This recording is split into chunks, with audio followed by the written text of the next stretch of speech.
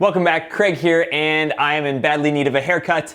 Don't worry, I'm gonna get that fixed today. And meanwhile, I wanna talk to you a little bit about how to turn no into yes. And this is a little bit counterintuitive because instead of just talking about how we can change people's minds when they say no to you into yes, I'm gonna be talking about the dangers of orienting yourself around this idea of always wanting to hear the word yes. And if instead you orient yourself around hearing no, it makes people feel more comfortable and it makes everything go better and you'll get your way more often. Let's dig into it.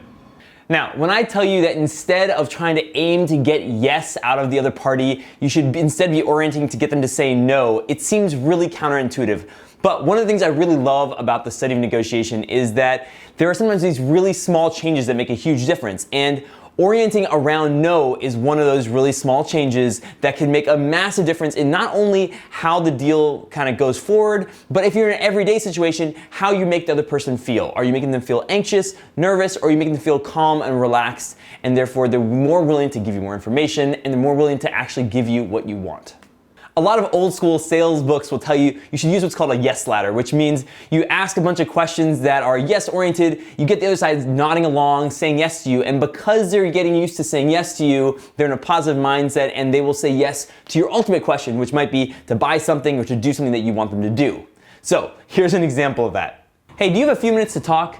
Do you want to earn more money? Do you want more free time? Do you want sunny vacations on the beach? Well, whatever you want, you should buy my internet course for $149.99. Now, if you hear these questions, we're all so used to people wanting us to say yes, that we've started to become defensive around it. When I ask you, hey, do you have a few minutes to talk? Immediately, the natural inclination is to feel a little bit tense and anxious because we don't know what we've signed up for. We don't know how long we're gonna have to talk to this person, whether we wanna talk about the things they wanna talk about. How am I gonna get out of this situation? Just think about the last time somebody came up to you on the street and said, hey, are you interested in a free? And it doesn't even matter what they say after the word free, because if you're like me, you're kind of running for the door. You don't want anything to do with somebody who wants you to say yes before you know what you're saying yes to. This goes really in line with the idea that people make decisions emotionally and then we rationalize it logically, and all the research supports this. And so when we're negotiating or when we're communicating with someone, it's really to our benefit to pay attention to the emotional temperature of the conversation and really get the other person to feel comfortable and calm and secure, as opposed to trying to get them to say something specific. So even though they're saying no and you might think, oh, I don't want them thinking about the things you're gonna say no to, in reality what we want is to pay attention to the sentiment, which is people feel comfortable when they have the ability to say no. One of my favorite negotiators is a guy named Chris Voss. He was an ex-FBI hostage negotiator. He wrote this book called Never Split the Difference. And in it, he talks a lot about the three different types of yes. There's the counterfeit yes, where people say yes just to placate us and get us out of their face. There's the confirmation yes, where they're saying yes to agree to something that we talked about. And then there's commitment yes, where they're committing to some action in the future. And it's very tempting for us because it's very enticing to hear the word yes. And so it's very tempting to confuse the counterfeit yes with the commitment yes. Now, if you think about it, when somebody asks you a yes-oriented question like those examples I just gave you, we start to feel a little anxious and tense, and it's actually a little bit vulnerable because we're not quite sure where it's leading. We don't know where the pitch is going. Chris Voss actually got this concept of no-oriented questions from a guy named Jim Camp, who actually wrote a book all about no and all about how when you orient around no, different things happen. You actually get people to feel secure because when we say no, it's actually a protective thing. It's a guarding thing. And from that place of protection, we feel comfortable instead of anxious.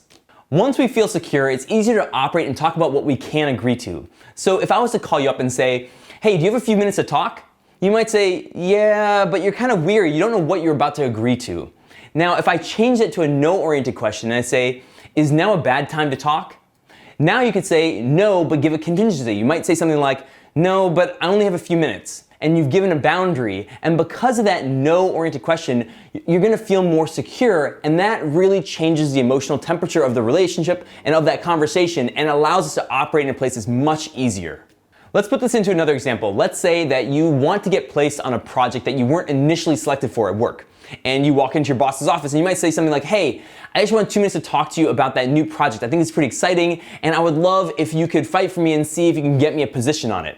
Now, your boss, because it's a yes-oriented question, you want to hear them say yes, she might say something like, okay, but, and then she'll like defend her position because she doesn't want to sign up for something that she doesn't know that she can deliver on.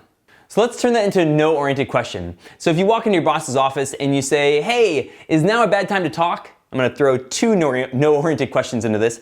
And they say, oh no, it's fine, whatever. Then you can say, about that new project, is that something you don't want me to be involved in? And this is a no-oriented question because if they say no, they're going down the direction of protecting themselves and feeling a little bit secure, but then you're gonna get the real reason behind any resistance. There might actually be some blocks to you getting on that project and you wanna know what they are and you want your boss to feel comfortable in discussing them with you and seeing if there's a way around it. Sometimes if you have a no-oriented question, you might just get a completely positive response. If you go in with, is there a reason that you don't want me on this project? You might get no, and then here's how I can help you.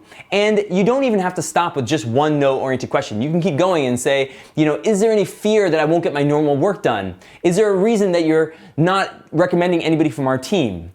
And letting them say no, again, makes them feel safe and secure, protected, and then they'll go into what they can do and what areas are movable and changeable in your direction. Now, once you get them to say no, it's not the end of the conversation, it's actually the beginning because no is a real boundary and no gives you the real blockages, the real concerns, and the real resistance. Now you have something to work with, and in the meantime, you've made them feel safe and secure, which makes it just a much more open and easy conversation.